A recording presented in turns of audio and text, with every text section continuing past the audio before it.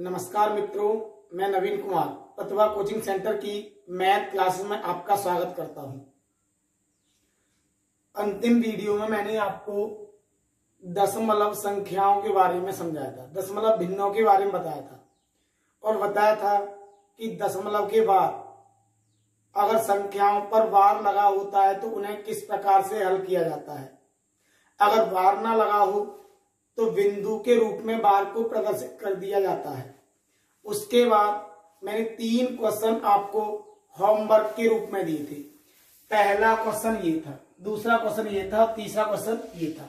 तो इस क्वेश्चन को चाहें तो हम लिख सकते हैं 2.5679 पर वार का यूज कर सकते हैं, क्योंकि यहां बिंदु लगाए और यहां बिंदु लगाए। मैंने बोला था अगर बीच में संख्या छोड़कर बिंदु लगा हो, इसका मतलब होता है प्रारंभ से लेकर अंत तक बार का यूज किया जाएगा। इसे लिख सकते हैं हम 2 सही। मैंने बोला था दशमलव से पहले वाली संख्या सही रूप में चली जाती है। 5, 6, 7, 9 और यहां 1, 2, 3, 4। यही हमारा आंसर होगा। हो सकता है इसे काट कर दे तो ये भी 3 से कट जाएगा और ये भी 3 से कट जाएगा। तो इस प्रकार से मूलतः 99% इस रूप में आंसर दिया जाएगा। 1% होगा कि वो संख्याओं को काट दे। दूसरा क्वेश्चन क्या है, तो इसे हम क्या लिख सकते हैं 3.5679 बिंदु कहां लगाए 6 पर और कहां लगाए 8 पर। तो यहां से लेकर यहां तक बार का यूज कर सकते हैं भाई, कर सकते हैं। अब मैंने क्या बताया था भाई आपको, 3 जाएगा सही में। इस टोटल संख्या में से कितना घटा देंगे, 5 को घटा देंगे। तो 8 में से 5 गए, 3 बचा। 9 का 9 ही आएगा, 7 का 7 ही आएगा, 6 का 6 ही आएगा और 5 का 5 ही आएगा। अब 1, 2, 3, 4 संख्याओं पर वार है। 1, 2, 3, 4, 9 के अंक लिख दोगी। 1 पर वार नहीं है, 1 0 का यूज कर दोगी। यही हमारा आंसर होगा। 2 क्वेश्चन हुए। अब तीसरे क्वेश्चन को देखते हैं कि तीसरा क्वेश्चन क्या कहता है भाई। तीसरा क्वेश्चन कह रहा है कि 15,872 के समीपतम 15,872 के समीपतम किससे डिवाइड बोला है, 15 से डिवाइड बोला है। 15 से डिवाइड कर दो। तो 15 से डिवाइड करेंगे, 15 एकम 15। अब क्या उतार लेंगे 8। क्या 8 में 15 से भाग जाएगा, ना जाने का 0। 15 पंजे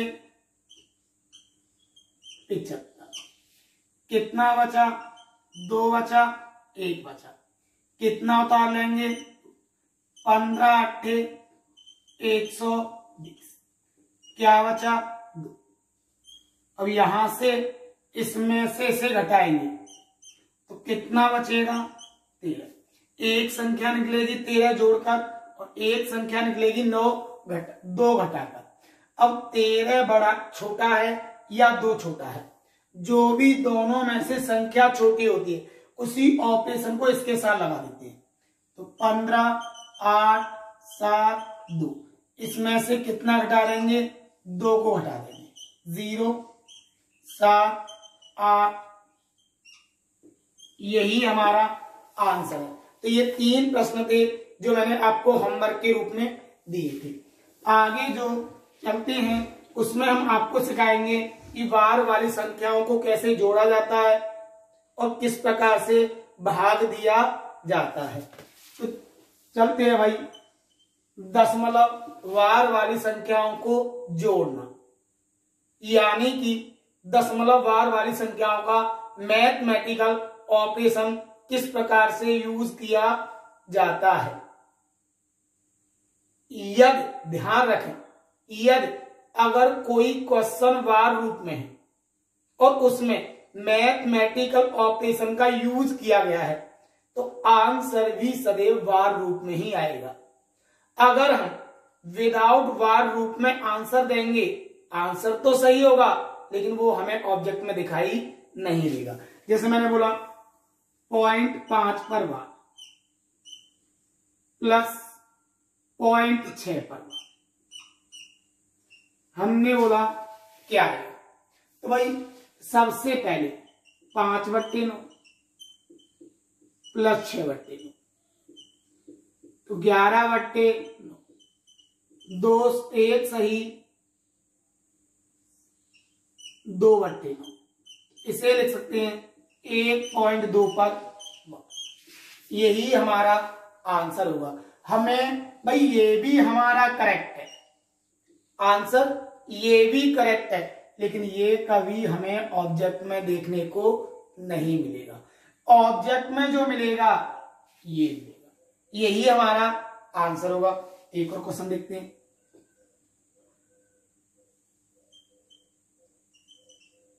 0.2 पर वार प्लस 0.23 पर वार बराबर क्या आएगा, तो ध्यान दो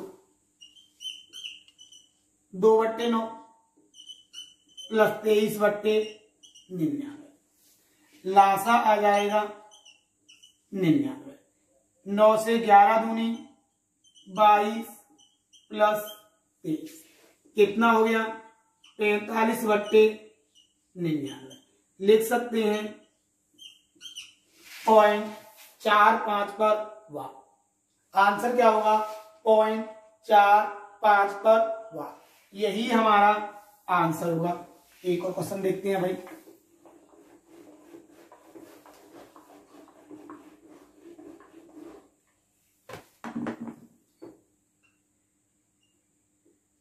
पॉइंट 63 पर वार प्लस 0.35 पर वार बराबर क्या आएगा, बराबर क्या आएगा, कुछ नहीं है 65/99, 35/99 यानी कि 100/99। क्या लिख सकते हैं 1 सही 1/99। ये करेक्ट है लेकिन ऑब्जेक्ट अभी नहीं मिलेगा।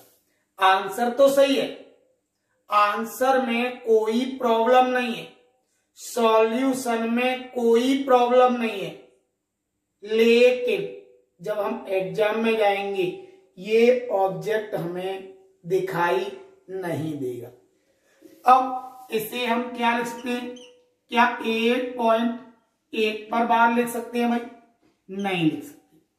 क्यों नहीं लिख सकते, कारण क्या है, यहां कितने 9 हैं, 2 9 हैं, तो 2 संख्याओं पर वार लगा होगा, 2 संख्याओं पर वार लगा होगा, तो ये ना देकर ऑब्जेक्ट में जो दिया जाएगा 1.01 पर वार, क्या आएगा 1.01 पर वार, ये यूज किया जाएगा और यही हमारा आंसर होगा।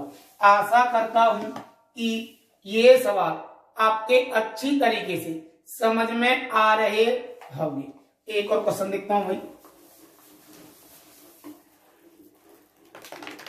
एक क्वेश्चन और लेते हैं। 3.78 पर वार माइनस 1.35 पर वार बराबर क्या आएगा, भाई यही सवाल है। तो ध्यान दो 3 में से 1 गया, कितना बचा 2 बचा, 10 में। अब यहां भी दो संख्याओं पर वार है और यहां भी दो संख्याओं पर वार है। अब दोनों जगह दो संख्याओं पर वार है तो बिना बट्टे में 99 लगाए सीधा सीधा हल कर सकते हो। 8 में से 5 गए, 3 गए, 7 में से 3 गए, 4 बचे। यही हमारा आंसर होगा 2.43 पर वार। क्या होगा? 2.43 पर वार। अगर पूरा डिटेल में करना चाहें 3 सही 78/99 माइनस 1 सही 35/99। अब रूल लगा दोगे भाग वाला, यानी जब मैंने भिन्नों को जोड़ना सिखाया, भिन्नों को घटाना सिखाया, उस समय मैंने आपको ये सॉल्यूशन सिखाया था। क्या इसमें इसकी गुणा करके इसे जोड़कर तब करोगे? बहुत लेंथी हो जाएगा भाई। 3 में से 1 गया, 2 बचा। क्या होता है? Plus 78 minus 35 upon 99। क्या हो गया? 2 सही, इसमें से इसे घटा दो 43/99। आंसर तो करेक्ट है लेकिन ऑब्जेक्ट में नहीं मिलेगा क्योंकि क्वेश्चन किस रूप में था? वार रूप में। जब क्वेश्चन वार रूप में था तो आंसर भी किस रूप में आएगा? वार रूप में। यही हमारा आंसर होगा। कितना होगा? 2.43 पर वार। एक क्वेश्चन और देखते हैं भाई।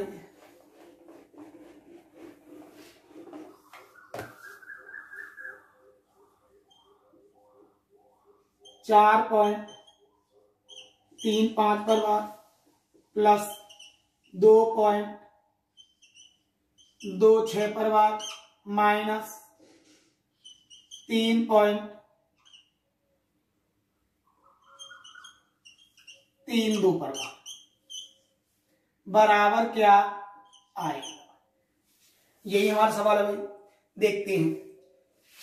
4 और 2 6, 6 में से 3 गया,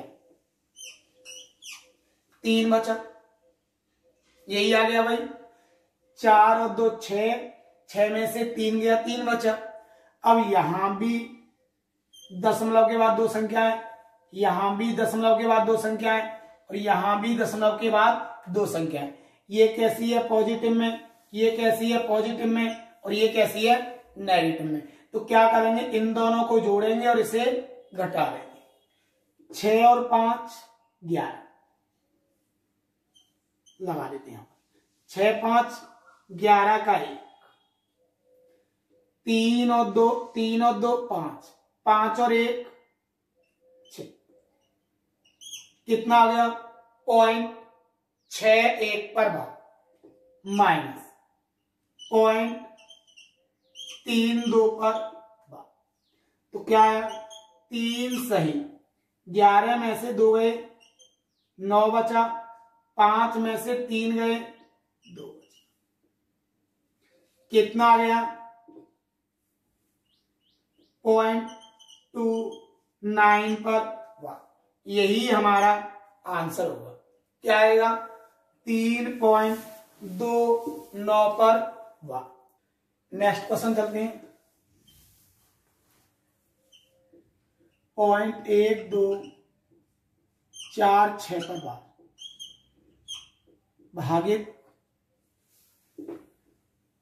2 9 4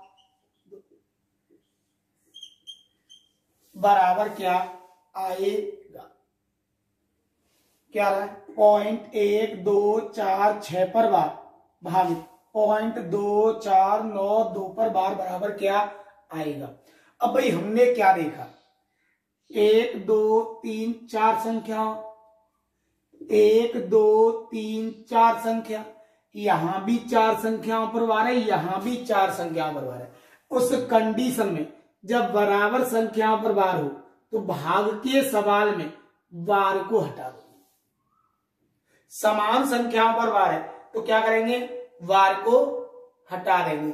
साथ ही 1 2 3 4, 1 2 3 4 यहां भी दशमलव के बाद 4 संख्या और यहां भी दशमलव के बाद 4 संख्या है, तो दशमलव से दशमलव हट जाएगा, तो ये हो जाएगा 1 2 4 6 बटे 2 4 9।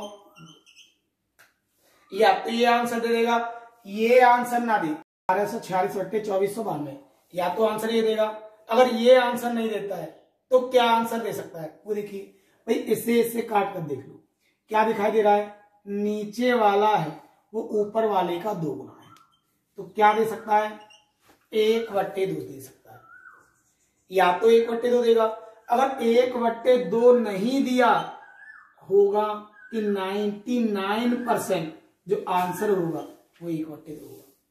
अगर 1/2 आंसर नहीं मिलता है तो आंसर क्या मिल सकता है, 0.5 मिल सकता है। क्या मिल सकता है, 0.5 आंसर मिल सकता है। तो आशा करता हूं कि दशमलव संख्याओं में जिनमें बार लगा होता है उन संख्याओं को आप जोड़ भी सकते हो, घटा भी सकते हो और भाग भी दे सकते हो।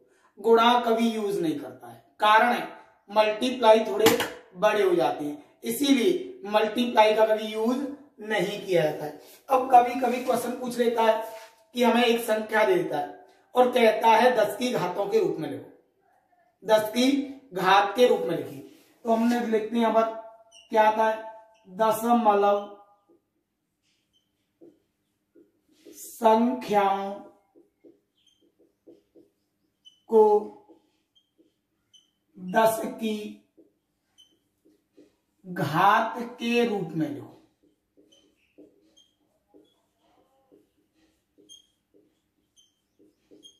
लिखना, रूप में लिखना, दशमलव संख्याओं को 10 की घात के रूप में लिखना। जैसे मैंने दे दिया 2 5 6 7 8 9 को 10 की घात के रूप में लिखी, या हमें दे दिया 0.000567 को 10 की घात के रूप में लिखी। भाई एक तो ये बोल रहा है और एक ही ये बोल रहा है, तो ध्यान रखना अगर दशमलव इधर साइड में जाएगा तो घात जाएगी पॉजिटिव में, अगर दशमलव इधर जाएगा तो घात जाएगी नेगेटिव में। इसमें जो घात जाएगी वो किसमें जाएगी, धनात्मक रूप में। इसमें जो घात जाएगी वो किसमें जाएगी, ऋणात्मक रूप में। ध्यान रखना अगर दशमलव हमें बाईं ओर लेके जाना है तो घात हमेशा पॉजिटिव रहेगी, अगर हमें दाईं ओर घात दशमलव लेके जाना है तो जो घात होगी वो हमेशा नेगेटिव होगी। और इतना ध्यान रखें कभी भी 10 के घात के रूप में लिखें तो सदैव बाईं ओर दशमलव से केवल एक ही संख्या यूज की जाएगी, कभी 2 संख्याएं यूज नहीं कर सकते। इसको क्या लिखेंगे, 2.5678 ये लिखेंगे। अब भाई 10 की घात के रूप में गुणा 10 की पावर 1 2 3 4 5 संख्या हटाया तो पावर कितनी लगा देंगे, 5। यही हमारा आंसर होगा। अब बात करते हैं इसकी, इसे हम क्या करना है, 5.672 गुणा 10 की घात, मैंने बोला था दशमलव से बाईं ओर केवल एक अंक रखना है, दशमलव से बाईं ओर केवल एक अंक रखना होता है। अब भाई हमने दशमलव हटाया वो इधर हटा के ले गए और कितने अंक हटाया, 1 2 3 4 अंक हटाया और किधर हटाया, दाईं ओर हटाया। जब दाईं ओर हटाया तो किस में जाएगी घात, नेगेटिव में। तो 1 2 3 4, तो क्या हो गया, यही हमारा आंसर होगा। तो इस प्रकार से 10 की घात के रूप में आप कोई भी दशमलव संख्या को लिख सकते हो। एक और क्वेश्चन लिखते हैं भाई।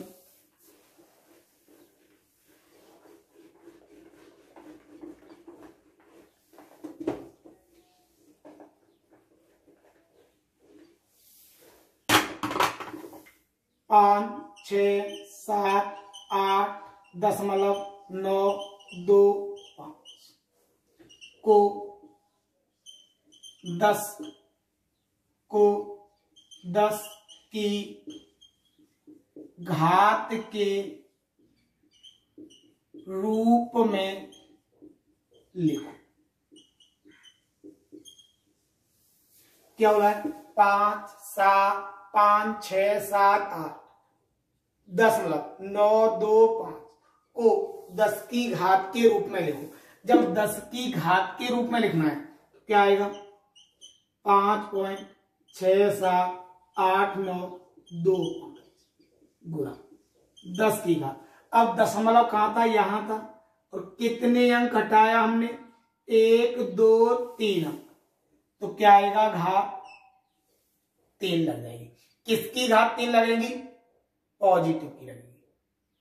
किसकी लगाई जाएगी, पॉजिटिव की 3 घात लगा दी जाएगी। यही हमारा आंसर होगा। एक क्वेश्चन लिखते हैं भाई, जिससे पूरी तरह से क्लियर हो जाए। 0.0000231 को 10 की घात के रूप में लिखो। 10 की घात के रूप में लिखो, कुछ नहीं करना है, 2.31 गुणा क्या आएगा। अब भाई 1 2 3 4 5, तो 10 की घात माइनस के 5 क्या आएगा, 2.31 गुणा 10 की घात -5। इस प्रकार से कर सकते हैं। अब होता क्या है कि कभी कभी दशमलव संख्याओं का हमसे मासा भी पूछ लेता है। जब भाई दशमलव भिन्न हम पढ़ाए हैं तो दशमलव संख्याओं का लासा मासा भी यही सिखा लेंगे, जिससे आगे प्रॉब्लम नहीं होगी। अब क्या आता है, दशमलव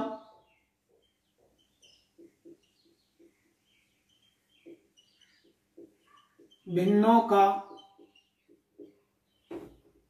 मासा व लासा। दशमलव भिन्नों का मासा व लासा, हमेशा ध्यान रखना, हमेशा जो मासा होता है वो प्रत्येक संख्या का एक कॉमन गुणांक होता है, जबकि लासा होता है वो संख्या के सभी गुणांकों का गुणनफल होता है।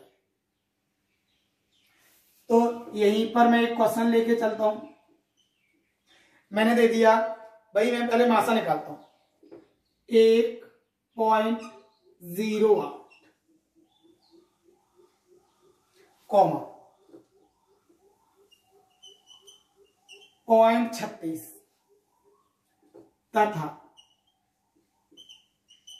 0.9 का मासा क्या होगा।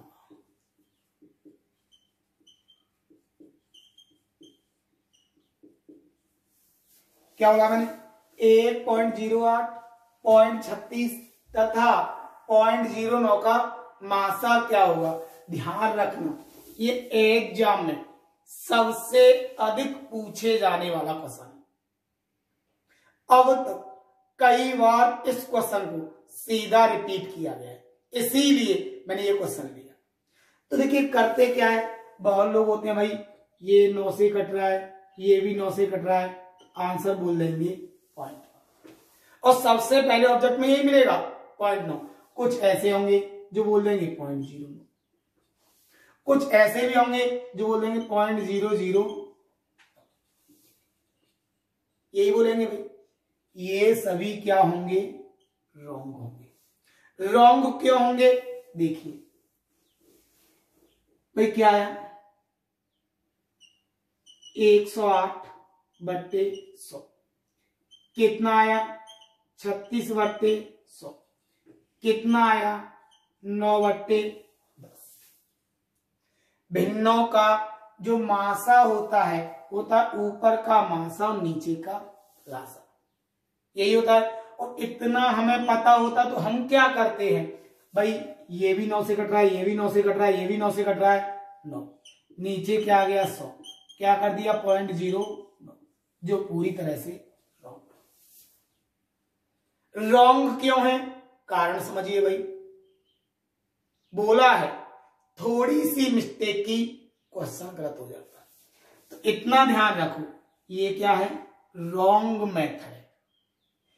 या भिन्नों का मासा निकालते समय या लासा निकालते समय इतना ध्यान रखना, मूल भिन्न वह होती है जब कटना समाप्त हो जाता है। अगर हर और अंश किसी अन्य संख्या से डिवाइड होते हैं तब तक उसे उचित भिन्न नहीं माना जाता है। देखो ये भी 4 से कट रहा है, ये भी 4 से कट रहा है, ये भी 4 से कट रहा है, ये भी 4 से कट रहा है, तो ये सही भिन्न कहां हुई, अभी ये सही भिन्न नहीं है। अगर सही भिन्न बनाएंगे, जब इसे हम 4 से काटेंगे, इसे 4 से काटेंगे, इसे 4 से काटा तो 25 बार कटा, इसे 4 से काटा तो 27 बार कटा, इसे 4 से काटा तो 9 बार कटा, इसे 4 से काटा तो 25 बार कटा, 9/10। ऊपर का मासा आ गया 9 और नीचे का लासा आ गया 50, 9/50 यही हमारा क्या होगा, मासा होगा। या तो ये दे देगा, ये नहीं देगा, तो भाई दशमलव लगाया, 90 हो गया, एक बार गया, 40 बचा, 0 लगाएंगे तो 400 हो जाएगा, 400 को 50 से काटेंगे तो कितनी बार कटेगा, 8 बार कटेगा। तो आंसर क्या आएगा, 0.18। मासा क्या होगा, 0.18। तो ध्यान रखना, भूल कर भी 0.9 या 0.09 नहीं करना है। कितना आएगा, 0.18। अगर इतना नहीं करना चाहते हो तो यहीं से देखो भाई क्या आया, 108/100।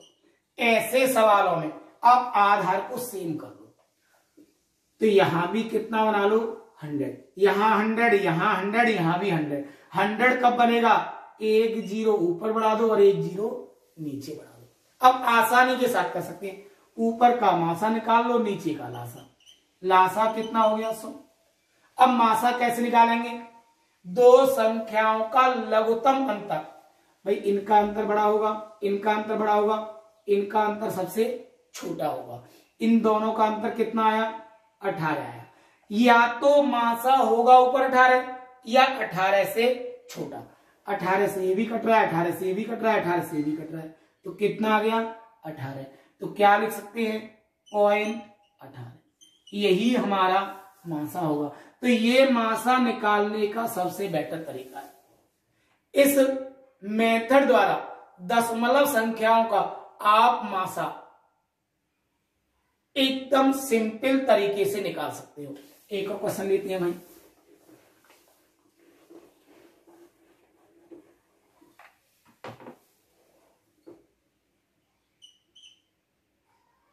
.54, 0.18, सॉरी 1.8 कर दो, तथा 5.4 का मासा क्या है, वही आ गया भाई 54/100, 18/10,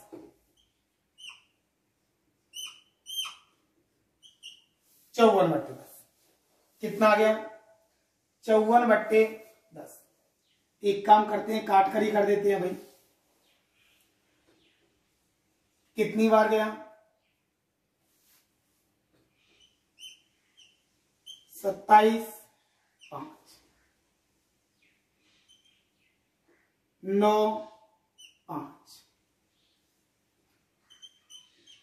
27, 50। ऊपर का मासा आ गया 9 और नीचे कितना आ गया 50। कितना आया पॉइंट। यही हमारा आंसर होगा। तो आसानी के साथ हम इन संख्याओं का मासा निकाल सकते हैं भाई। नीचे समान करके आपको करना है, कोशिश करना। अगर नहीं होता है तो कमेंट बॉक्स में लिखना। यही पर एक क्वेश्चन का लासा निकालते हैं भाई। 3.09 तथा 0.09 तथा 2.7 का लासा क्या है?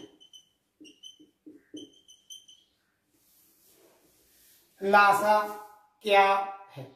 तो लासा निकालना बहुत सिंपल होता है। 3 आ गया, 9/100 आ गया और कितना आ गया 27/10 आ गया। इसमें कुछ करने की आवश्यकता नहीं। ऊपर का लासा नीचे का मासा। यहां पर क्या आया 1 आया। अब भाई 3 27 में समाये थे, 9 भी 27 में समाये थे। लासा कितना आ गया 27 आ गया, क्योंकि 3 किस में गया 27 में और 9 भी किस में गया 27 में। ऊपर क्या बचा 27। नीचे सबसे छोटी संख्या क्या है 1 है, तो 1 से बड़ा तो मासा नहीं हो सकता है। आंसर क्या आ गया 27। एक और क्वेश्चन देखते हैं।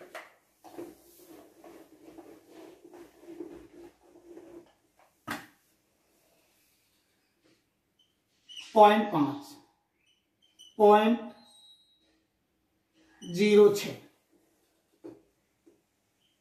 2.4 का लासा क्या है?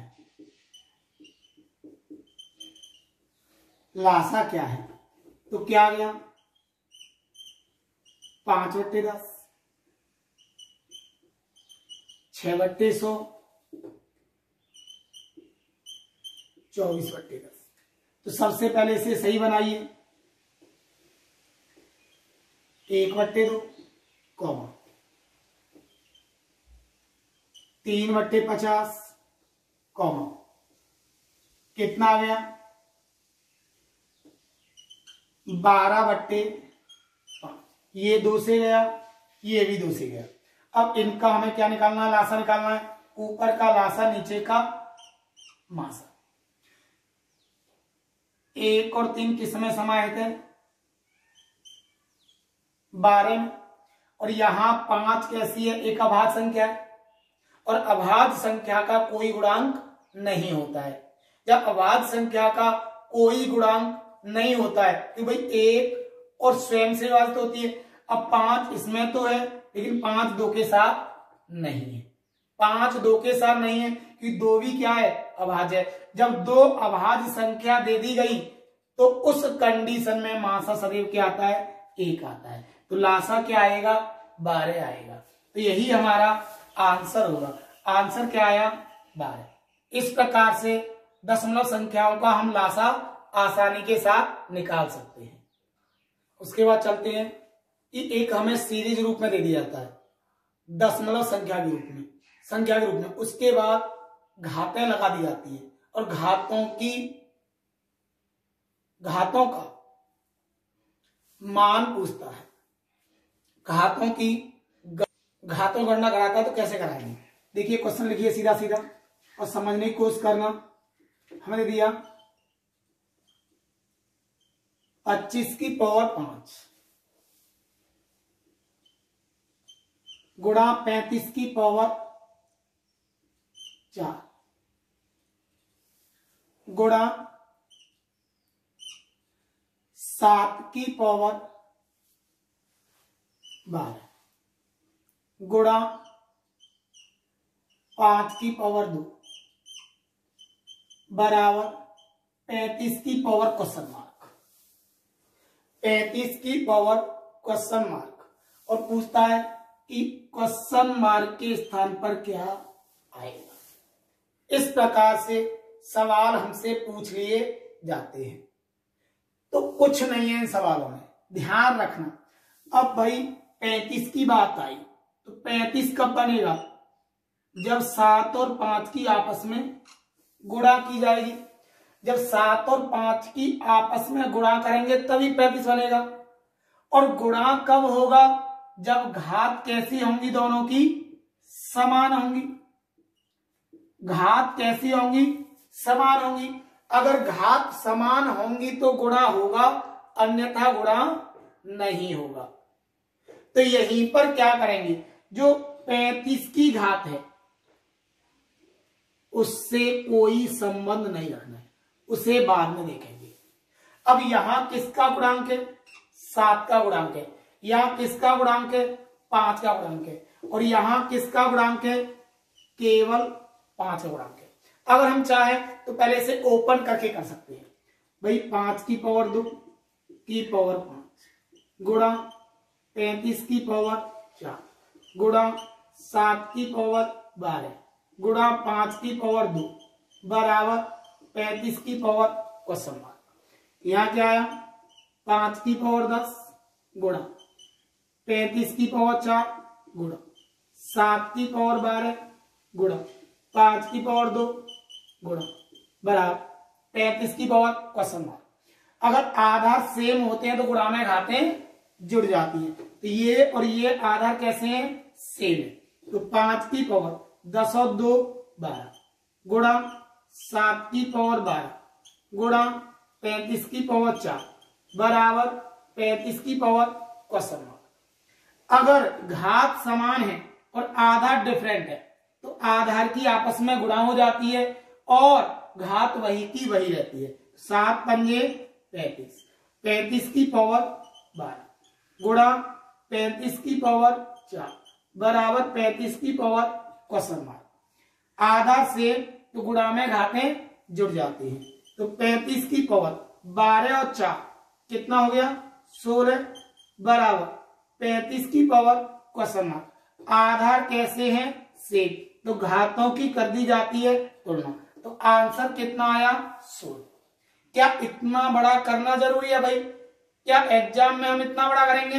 कभी करने की आवश्यकता नहीं, इतना बड़ा कभी नहीं करना है। बस यहीं पर देखना है। मैंने जो समझाया भाई क्या है, यहां गुणांक देख लो किसके? 7 के और 5 के गुणांक है। और घात कैसी होंगी? समान होंगी, तभी आपस में गुणा होगी, अन्यथा गुणा नहीं होगी। तो या तो 7 की घात या 5 की घात, दोनों में से किसी एक की घात का चयन कर लो और उस घात को 35 की घात के साथ जोड़ दो। अब भाई यहां पर 7 का गुणांक है, यहां 7 का गुणांक नहीं है, यहां 7 का गुणांक नहीं है, तो 7 की घात क्लियर हो रही है। जितनी 7 की घात होगी उतनी ही 5 की घात होगी। तो 7 की घात को किसकी घात में जोड़ दो? 35 की घात में। 12 और 4 16। यही हमारा आंसर होगा, यही हमारा आंसर होगा। आशा करता हूं समझ में आ गया होगा। एक और देखते हैं भाई।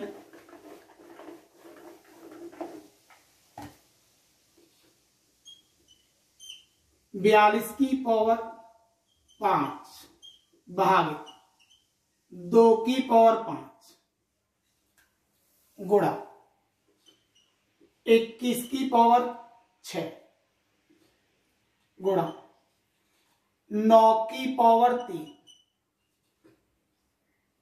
गुणा 7 की पावर 8 गुणा 3 की पावर 2 बराबर 21 की पावर क्वेश्चन मार्क। 21 की पावर क्वेश्चन मार्क। अब भाई हम क्या लिख रहे हैं? 3 सत्ते 21। अब 3 और 7 की गुणा करेंगे तभी तो 21 बनेगा। अब 3 की घात यहां पर है, 3 की घात यहां पर है। यहां किसकी है? 21 की है। यहां किसकी है? 7 की है। और यहां किसकी है? भाई आधा कैसे है? डिफरेंट है, तो भाग दे देंगे। जब इसे हम भाग देंगे 2 से, भाई 2 से 42 में भाग देंगे तो कितनी बार जाएगा? 21 बार जाएगा। और घात कितनी रहेगी? 5 रहेगा। अब क्या करना है, 21 की घातों में या तो 3 की घात को या 7 की घात को जोड़ दोगे। कितना हो गया? 5 हो गया। कितना हो गया? 6 हो गया। 3 की घात क्लियर नहीं है, किसकी घात क्लियर है? 8। 7 की घात क्लियर है। और 7 की घात कितनी है? 8 है। 6 और 5 11, 11 और 8 कितना आ गया? 19। तो क्वेश्चन मार्क की वैल्यू कितनी आई? 19 आई। आशा करता हूं समझ में आ गया होगा। नेक्स्ट टॉपिक में सी यू अगेन। आज होमवर्क नहीं दे रहे,